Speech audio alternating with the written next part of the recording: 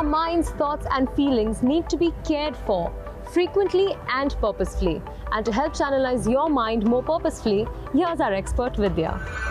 Today let's talk about increasing our self-esteem and silencing our inner critic.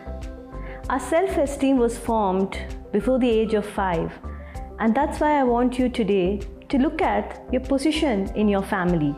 If you're the eldest, you would tend to be more responsible and people-pleasing like me.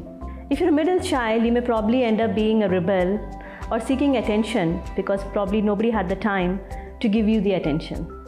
If you're the youngest, you could often be a sick child and a sick adult, always looking for sickness to get the love that you didn't get. So once you see your position in your family, you can now understand how you behave and act based on the beliefs that you formed as a child. So now be your own loving parent and give yourself the praise that you always wanted to hear. Self-praise is the best medicine for high self-esteem. Because when you praise yourself, there is no hidden agenda, unlike when others praise you because they want something from you. So make self-praise familiar from today. So while you boost your self-esteem with self-praise, look out for that inner critic within you who's trying to bring you down all the time. So criticism affects you only when you let it in.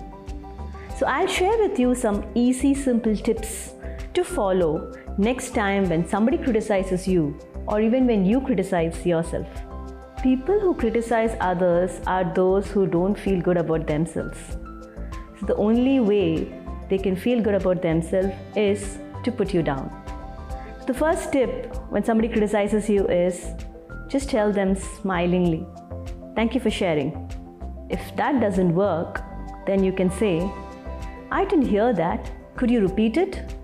And most of the time when you say that, people stop because now they know that their criticism will not affect you. And few people will still go ahead and criticize you. So to these people you can say, "Are you trying to hurt me?" And since we are sharing feelings, do you know that critical people reserve the most criticism for themselves? So now you saw how to silence the criticism around you. But what do you do when the inner critic inside you comes up? So just tell your mind, "Thank you for sharing, but that's not me, and that will never be me." Remember how I had shared to teach your children to create their own inner cheerleader or coach? Now it's time for you to create your own coach or cheerleader.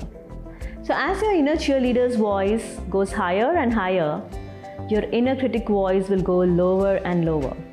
Remember, the best way to counter self-criticism is self-acceptance.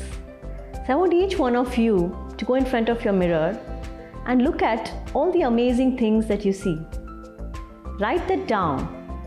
And next time your inner critic raises voice, remind yourself how good you are, how amazing you are, and how enough you are.